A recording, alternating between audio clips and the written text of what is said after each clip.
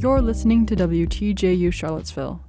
The Fralin Museum of Art is celebrating its 90th anniversary with a soiree on November 7th from 6 to 11 p.m., featuring great food, performance, music, and interactive activities. For Arts This Week, we spoke with Director of the Fralin, Karen Milbourne, to learn more about the event. Hello, my name is Karen Milbourne, and I am the J. Sanford Miller Family Director of the Fralin Museum of Art at UVA. This year, 2025, is the 90th anniversary of the Fralin Museum of Art. It's really such an interesting story because the Fralin was created by Edith Bailey Tiffany, and she donated the funds to have a museum made in memory of her father. It was designed actually by then Dean of the A School, of the School of Architecture. So Edmund Campbell built the Fralin, but it's founded in this moment of a recognition of the power of the arts and a recognition of the power of innovation and creativity and technology. So this really is a celebration of all of that history that we all share and what we can build together for the next 90 years. This party is going to be exactly that. It is going to be a party. Charlottesville has this extraordinary creative community. I mean, I'm sitting here in the studios of WTJU. We have all the folks who engage with this space. And then if you think about 2nd Street, Les Yeux du Monde, Living Arts, I mean, all across our region, there's just extraordinary talent. And this is an opportunity for all of us to come together. When you arrive, you're going to have great company. But you're also going to see some original commissions by Annie Timmick, a local artist who creates wearable art. It's going to be worn by dancers from Charlottesville. Then we're also going to have an amazing immersive installation honoring our honoree, our awardee, Rodney McMillan, who is an internationally recognized artist, a UVA alum, and he is going to be there in person. Even his award has been designed and created by Glass Hollow, by Min Martin, a local artist. So everyone who's been involved is a part of our creative community, and they're all coming together. It's going to be gorgeous, artistic, and the food is going to be fabulous. We're going to have dumplings from around the world. There's going to be a bourbon smash bar, so you can make your own bourbon cocktail. There are going to be oysters and champagne. There's going to be a dance floor. There's even going to be a walkway that is a walk through time that will show some of the photographs, including like the original ones when that Bailey building was being constructed. Interesting photographs from our 90-year history. And then, of course, it's all taking place in Mary Mill, which is an amazing local vineyard, and that's, of course, something that we're all known for in this region.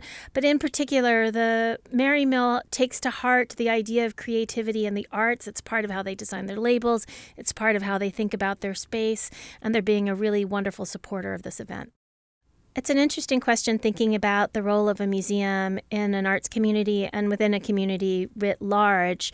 Within sort of an arts ecosystem, as I like to think of it, all ships rise with the tide. I don't think we should be competing with one another, nor do I think we all do the same thing.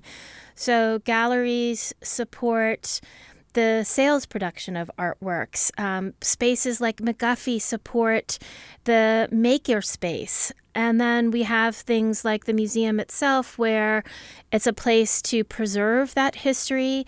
It's a place to bring people together for often their first encounters. Because we are free, we make the art available to everyone. We really try to think very hard about how to diversify, expand, and grow our collection, how to engage people on every level, whether it's to make art themselves, to write about art through our amazing Writer's Eye program, to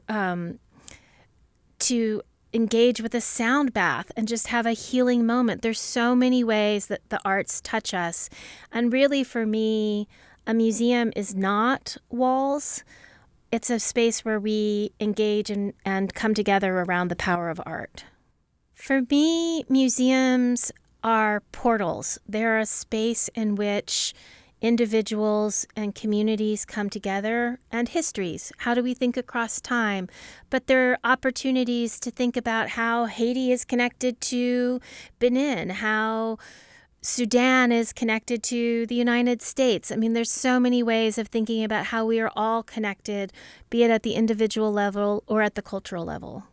the museum in the past had the Bailey Ball, and this was organized by our amazing volunteer board and really became a legend. And as I understand it, was really the launching point for the Opera Gala and other amazing events around town. We no longer do annual balls or galas, so this is a once every 5-year event. So this is celebrating our 90th anniversary, but it's 5 years until we're going to do this again. So it really is an amazing opportunity to enjoy something that you're not going to get to enjoy something for a while. It is a fundraiser to help support the museum. But again, if you think about the fact that we're asking it only once every 5 years, it's worth it. So the theme of the Fralin's 90th soiree is living art. And the reason for this is we all live with art. It's a part of everything that we do. And it's also recognition of the fact that art itself is alive. It has its own power. It has its own creativity. So we'll have Annie Timmick making wearable art. We'll have opportunities for you to make art yourself. You yourself can be a work of art. The dress code is come as you art. Tickets are available at Fralin 90, so that's the number 90.eventbrite.com. The Fralin Museum of Art at UVA is celebrating 90 years on Friday, November 7th, with a cocktail at 6 p.m. and after party from 8 till 11 p.m. The event is themed Living Art and will bring together creatives in the community, museum supporters, and art enthusiasts for a night of connection, creativity, and celebration. Arts This Week is supported by the UVA Arts Council and Piedmont Virginia Community College. PVCC Arts presents a rich array of dance, music, theater, and visual arts programming. Learn more at pvcc.edu. For Arts This Week, this is Coco On. You're listening to WTJU.